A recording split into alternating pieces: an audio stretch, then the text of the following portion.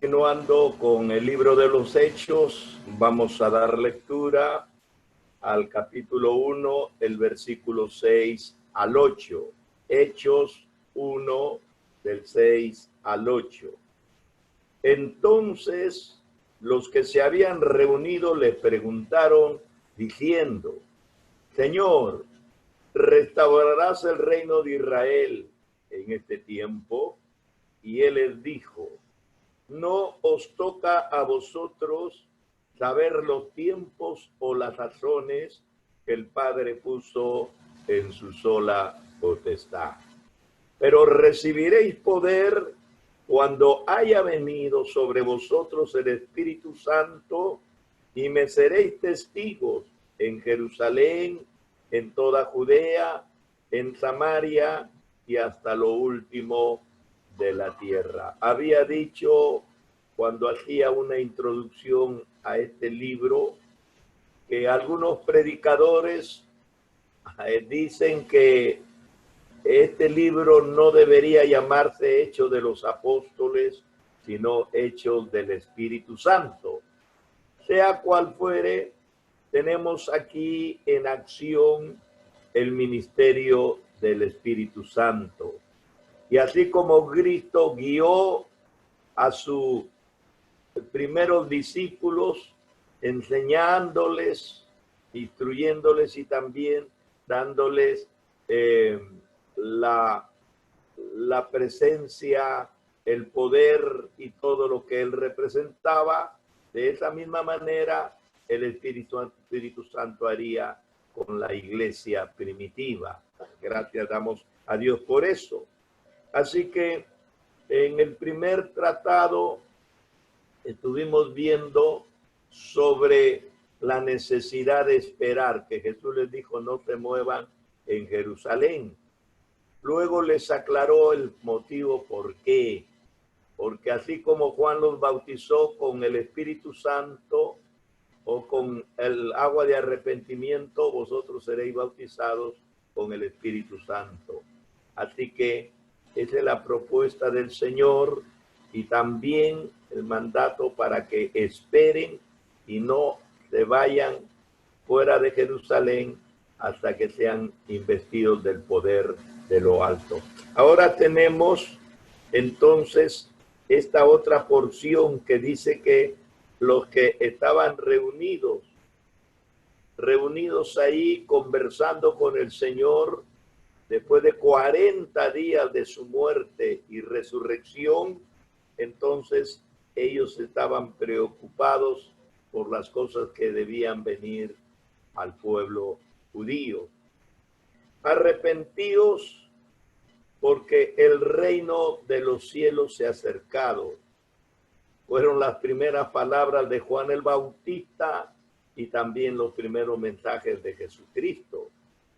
Así que, siguiendo la misma secuencia del mensaje de Juan, Jesús enrumbó con ese mismo interés de que los seguidores de él sepan y entiendan que Dios está dispuesto a gobernarlo desde el cielo. Por eso les dice, he aquí el reino de los cielos se ha acercado. Fue un reino anunciado, fue un reino prometido. La pregunta judía saltó inmediatamente a la vista. ¿Restaurarás el reino de Israel en este tiempo? Los judíos se creían que eran los favoritos para recibir honor y privilegios para dominar al mundo por medio del nuevo reino. Israel era un pequeño país de 200 kilómetros de largo y 65 kilómetros de ancho. Y tuvo algunos años de independencia y de mucha gloria, pero luego terminó siendo dominado por el pueblo babilónico. Sin embargo, los judíos tenían la esperanza de que en la historia de este pueblo Dios intervenga y que les conceda la grandeza de la restauración. El judío nunca perdió ese gran interés, nunca perdió ese gran deseo que tenía de que Israel vuelva a ser uno de los países más poderosos y bendecidos por Dios. Lo que los judíos no entendían, que ellos concebían el reino de Dios en términos de este mundo y no como la política de Dios y el gobierno de Cristo. Ellos no están pensando en un gobierno teocrático, no están pensando en un gobierno con trascendencia celestial, más allá de los límites que les permitía cada país tenerlos. No, ellos están pensando en un reino netamente humano. Jesús enseñó el reino de Dios como la sociedad en la tierra, en que la voluntad de Dios se hace tan perfectamente como en el cielo. Es lo que enseñó Jesús.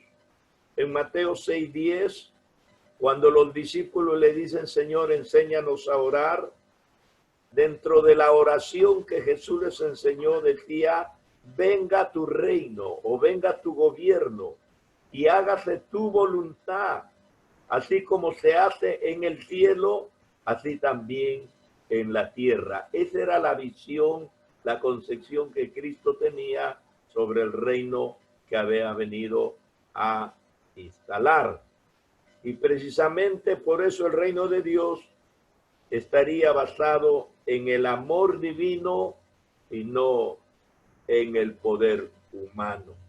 Así que cuando los discípulos le preguntaron, ¿restaurarás el reino de Israel? Israel fue restaurado, históricamente todos lo conocemos, desde 1948, después de la Segunda Guerra Mundial. El 14 de mayo, Israel volvió a habitar y volvió a ser una nación gobernada por judíos. Así que han pasado 20 siglos para que el reino, de una u otra forma, como lo concebían los judíos, pueda tener vigencia. Jesús no les dio ninguna fecha.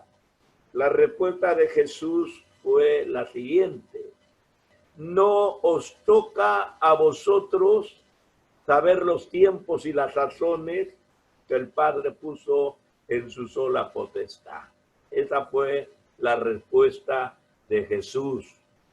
La fecha había sido establecida por el Padre, pero no le placía revelarla.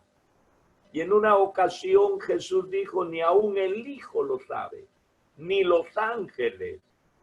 Todo está en la absoluta autoridad del Padre.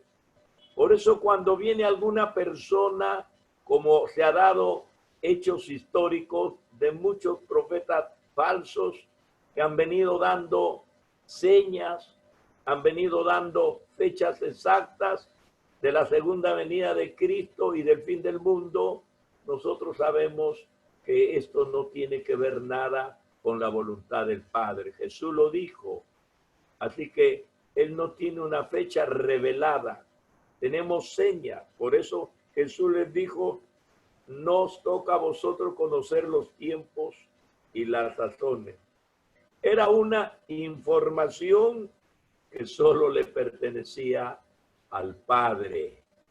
Así se han fundado muchas sectas, que omito el nombre por no entrar en cuestiones de polémicas y discusiones bizantinas que no viene al caso porque estoy predicando la palabra del Señor. Entonces, pero así se han fundado muchas religiones, muchas sectas en base a profecías falsas. Y ahora estos señores quieren darle autenticidad a sus organizaciones como si fueran las únicas y privilegiadas instaladas de parte de Dios. Así que no os toca saber a vosotros los tiempos y las sazones. Se refiere a varios acontecimientos predichos que deben acontecer con la nación de Israel. Nosotros sabemos que en estos tiempos, sobre todo los tiempos que estamos viviendo, la gente me llama, me pregunta si en la Biblia está exactamente alguna profecía sobre el COVID-19. Me parece que fuera una broma o tal vez la expresión de una persona desinformada que no conoce la palabra del Señor. Hay señales de toda clase en la Biblia, pero son señales. Nosotros tenemos claro lo que es una señal. Y en el libro de Mateo capítulo 24, del 1 hasta el 15 o hasta el 14, nosotros tenemos las señales que tienen que ver con el tiempo de la gracia y de la iglesia. Y a partir del versículo 15 vuelve a hacer señales sobre Israel. Entonces, lo que tenemos que saber es conocer las señales. No tenemos una fecha ni tenemos una enfermedad directa que el Señor diga, en tal año va a aparecer el COVID y Jesucristo es la vacuna para el COVID. Bueno, como broma o como un deseo, un anhelo, podemos aceptarlo, pero no podemos comprometer al mensaje serio de la palabra del Señor. Jesús dijo que vendrían hambres, que vendrían pestes, no dijo una sola, sino pestes, y vendrían terremotos, no un terremoto, sino terremotos. Entonces, toda esta clase de males, todos sabemos lo que ha sucedido con la enfermedad de la influenza, el cólera, hoy día tenemos COVID-19, mañana tal vez tendremos otro tipo de enfermedades. El mundo no está inmune, el mundo no está libre, el mundo no se encuentra vacunado para que no venga ningún mal, ni el evangelio o el cristianismo es una vacuna para que las personas que acepten a Cristo no sufran más. Jesús dijo, en el mundo tendréis muchas aflicciones. El Señor no nos promete sacarnos de las aflicciones. Cuando vino la persecución, la primera persecución en el año 60 y tantos por Nerón, pues cayeron la mayoría de los apóstoles y el Señor no los libró de la muerte, por lo contrario, como que apuró el tenerlos en la eternidad, y ellos se inmolaron como mártires de su fe y se engrandecieron a través de los siglos, porque dejaron sus escritos que habían sido revelados por el mismo Dios. La iglesia nunca menguó ni se perdió, los grandes hombres cayeron, pero la fe y el poder de Dios es el que gobierna la tierra. Él es el Señor de su reino, no nosotros los hombres. Así que las razones se refieren a todos estos acontecimientos. Jesús estaba seguro que desde su trasfondo judío, los discípulos comprenderían esta expresión. No ha habido un pueblo que ha sufrido más que el pueblo judío. Desde el año 49, cuando Claudio, emperador romano, entró a gobernar desde Roma, el imperio romano, lo primero que hizo fue sacar a todos los judíos. A todos los judíos los hizo sacar. Una de las primeras persecuciones de un pueblo romano, porque antiguamente la persecución era mayormente de los mismos judíos. Entonces, desde ahí en adelante el pueblo judío ha sido perseguido, odiado, diezmado, cremado, aniquilado. Hoy en día, por ejemplo, todo el mundo quisiera desaparecer a los judíos. Se llegó a decir en la Segunda Guerra Mundial que los judíos eran animales, no tenían alma. Un odio escarnizado solamente por ser judío. Jesús dijo que en el mundo tendría muchas aflicciones y para el cristianismo casi la situación es la misma. ¿No? Seremos odiados por culpa de Cristo. Los regímenes humanos y mundanos se levantarán. Son tiempos difíciles. La palabra del Señor lo dice. Así que necesitamos entender que los tiempos y las sazones han llegado, pero que están en su sola potestad. El hombre no las puede manejar. El hombre no las puede manejar. Solamente lo puede manejar el Señor, que es el Dios que gobierna, el Señor de la historia. Entonces, lo que le queda a la iglesia, lo que le queda al pueblo de Dios, lo que le queda al cristianismo es lo que dijo Jesús. Pero recibiréis poder. ¿Para qué? Para gobernar, para mandar, para entrar en un mundo de prosperidad, para ser los más grandes como se acostumbra hoy en día. Tú eres el más grande, tú eres el campeón, tienes el poder en la boca, nómbralo y aparecerá, decrétalo. El diablo está obligado a obedecerte. Los ángeles están obligados a hacerte tus mandados. Ese no es el evangelio de Cristo. Entiendan, hermanos, yo quisiera que eso también me suceda a mí, ser el campeón. ¿A quién no le gustaría ser el campeón? Pero el Señor no ha venido para hacernos campeones de la pelota, ni campeones del micro, ni campeones del volante. Jesús ha venido para hacernos siervos del reino de los cielos. Así que dice, pero recibiréis poder cuando haya venido sobre vosotros el Espíritu Santo. Y me seréis testigos en Jerusalén, en toda Judea, en Samaria y hasta lo último de la tierra. Yo recuerdo cuando comencé este ministerio, escuchaba predicadores de afuera y se estilaba en un esnobismo, se estilaba en personajes extraordinarios y todo el mundo quería imitar o ser tal vez como ellos. Un tiempo estuve orando. Yo recibí el bautismo del Espíritu Santo en la iglesia de los peregrinos y tuve muchas dificultades y lo digo sin ningún rencor ni recelo hasta ahora. Todavía recuerdo todos los problemas que tuve. Bien, y yo también quería iniciar un ministerio en esta nación. Una noche soñando, no le voy a decir que orando Dios me reveló, sería el más mentiroso de Chiclayo. Y no quiero ser el campeón de los mentirosos. Así que orando me vi en una fila interminable. Y yo en mi sueño quise ponerme adelante y como decimos nosotros, no, chabacanamente, a la prepo me puse adelante. Entonces el Señor me miró y me dijo, ¿quieres ser el más grande? Yo en mi sueño le dije sí. Entonces me dijo, mira para atrás. Vas a ser el más grande, pero tienes que servirle a todos los que están detrás de él.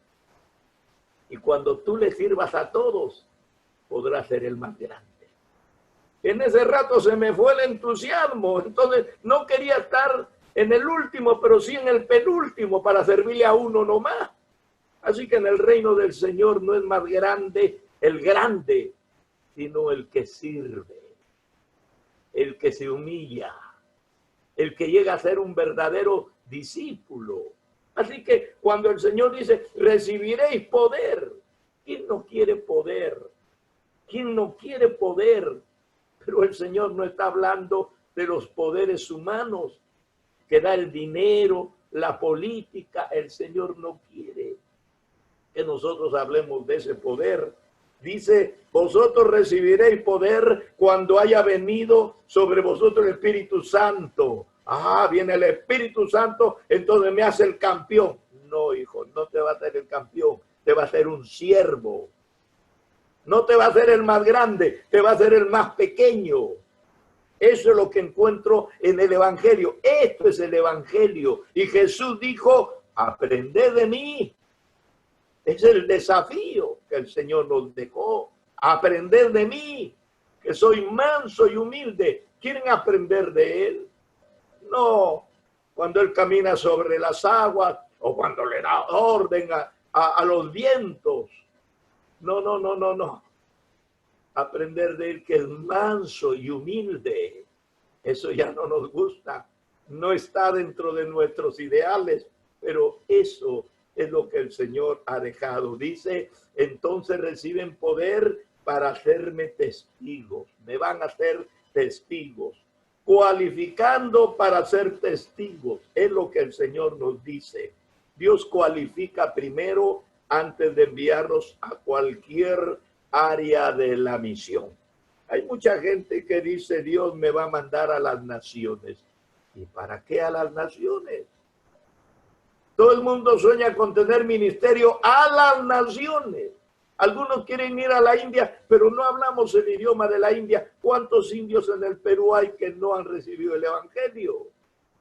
Y usted lo sabe. ¿Cuántas tribus hay en la selva que no han recibido el Evangelio? ¿Cuánta gente por la serranía que no han recibido el Evangelio? Aún en la misma ciudad, la selva de cemento, hay mucha gente que no ha recibido el Evangelio. ¿Y por qué quiere salirse usted de su nación, donde hay tanto perdido? En su misma casa hay tanto perdido. ¿Y por qué quiere olvidar a los perdidos que viven al lado de usted para irse a perdidos que ni siquiera hablan la lengua y no lo van a entender a usted? Así que por este motivo es que los hizo esperar hasta que sean llenos del Espíritu Santo, porque si no es lleno del Espíritu Santo no lo va a entender. Ahora, Dios no se opone si usted quiere ir a la China. Dios no se opone si usted quiere ir a la India. Dios no se opone si usted quiere ir a Europa. Dios no se va a oponer. Lo que yo pienso es que el cristiano lleno del Espíritu Santo no piensa tanto en correr como en hacer la obra del Señor. Así que lo primero que habían de recibir ellos para poder cualificar en el ministerio era el poder del Espíritu Santo. Este poder es la grande e ineludible condición del testimonio cristiano. Un cristiano puede tener mucho talento, una gran instrucción y amplia experiencia, pero será incapaz de hacer la obra del Señor. No estoy hablando de su obra, sino la obra del Señor si carece de poder espiritual. ¿Cómo terminan los grandes predicadores que tienen tanto poder, tanta experiencia, tanto conocimiento? Deidificándose, con un evangelio antropocéntrico, creyéndose que ellos son y no es Cristo el Señor de la iglesia. Ahí termina porque no están revestidos del poder, están yendo, pero no los está llevando el Espíritu Santo de Dios. Así que se puede carecer de educación. Yo he encontrado muchos predicadores sencillos, ser poco atrayente y sin refinamientos. Pero si es dotado del poder del Espíritu Santo, el mundo se volteará su mirada para verle arder por el poder de Dios. Verdaderamente testigos. Un testigo es aquel que puede decir, yo sé que es la verdad. ¿Por qué sabe que es la verdad? Y tiene que saberlo por su propia experiencia. Yo sé que Cristo salva. ¿Y por qué sabe que Cristo salva? Porque Él me ha salvado a mí. Yo sé que Cristo sana. ¿Y por qué sabe que Cristo sana? Porque Él me ha sanado a mí. El asunto parte de allí. Si usted no tiene esa experiencia, usted no puede mostrarla con la veracidad que demanda el testimonio. Pero si usted tiene la experiencia, nadie lo puede convencer de lo contrario. La palabra para testigo en la lengua que se escribió en el Nuevo Testamento, el griego, y la palabra para mártir es la misma. Testigo o mártir es la misma palabra. Un testigo tiene que estar dispuesto a ser un mártir. Entonces ser testigo conlleva, se refiere a la verdad, cueste lo que cueste. Pero hay muchos cristianos que en el primer problema se salen, que en el primer problema huyen, que en el primer problema se les acaba la fe. Oh, yo estoy sintiendo esa iglesia, allá no hay poder. Pero ¿desde cuándo? ¿Desde cuándo la Biblia dice que en la iglesia hay poder? El poder está en Cristo. ¿Desde cuándo la iglesia dice que el poder está en el pastor? El poder está en Cristo. El pastor puede comunicar, puede ministrar, si es que el Espíritu Santo lo tiene como un instrumento. Entonces, no tenemos por qué confundirnos. El área geográfica, y con esto termino. Para los que recibieron el poder del Espíritu Santo recién, a los que les gusta viajar, a los que les gusta ir, y no lo digo de términos peyorativos, no, porque yo mismo he viajado y he salido. Entonces, tal vez ya viejo como estoy, llego a la conclusión que el ministerio se puede hacer donde uno está. Y es mejor comenzar por la casa. Es lo que le dijo el Señor Jesús a un endemoniado libre, que lo quería seguir. Y Jesús le dijo, no, anda a tu casa, vete a los tuyos, cuéntale lo que el Señor ha hecho contigo y cómo ha tenido misericordia. Anda, diles eso. Y ese hombre en un año llenó a Decápolis de tanto evangelio. 10 ciudades fueron conmovidas por el testimonio de un hombre que andaba calato, desnudo, gritando porque estaba loco por el poder demoníaco, pero Cristo lo liberó. Y ese ministerio nació porque tenía un testimonio de liberación. Así que el área para los que nos gusta viajar, Jerusalén. Señor, pero Jerusalén es peligroso. En Jerusalén hay peligro. Nos acecha la muerte. Hay aquí una eminente situación de muerte en cualquier momento. Aquí mataron a Jesús. Aquí lo han tenido al Señor preso. Y que nosotros estemos aquí, todavía hay persecución. No del Roma, sino de los judíos. Entonces, Jerusalén no era el lugar más seguro para un cristiano, seguro que sí. Su testimonio iba a comenzar en la misma ciudad donde Jesús había sido crucificado. Él no murió de pena, no murió enfermo, no murió de accidente. A él lo mataron como a un criminal, lo juzgaron y lo mataron. Murió como un maldecido, como un anatema, maldecido. Entonces, la situación no era nada fácil. Y donde habían amenazas, ahí la gente estaba en una situación de peligro. Ahí comienza el ministerio. Ahí comienza el discípulo a ser cualificado. Luego dice Judea, la sección meridional de Palestina, compuesta en su mayor gran población judía y con su capital en Jerusalén. Todo Judea. Samaria, un pueblo que nadie amaba, nadie quería. Mandar a un judío que vaya a Samaria era lo más terrible que le pueda suceder. Estaba en el centro de Palestina. Mire, en Judea hay un ministerio para la iglesia desde el capítulo 1 hasta el 7. En Samaria hay un ministerio para la iglesia desde el capítulo 8 hasta el 9:31, cuando se convierte Saulo de Tarso y es enviado a otros lugares. Y lo último de la tierra se trataba de aquel mundo entonces conocido, los países gentiles que siempre estuvieron fuera de la relación de privilegios religiosos. Hasta allá fueron los apóstoles llevando el evangelio, desde el capítulo 9:32 hasta el capítulo 28:31, que determina el libro. Entonces, la palabra del Señor nos dice que hay un reino prometido y también debe haber testigos elegidos. Y no es el hombre ni la institución, es Dios quien está haciendo y quiere hacer su obra. Dios nos bendiga.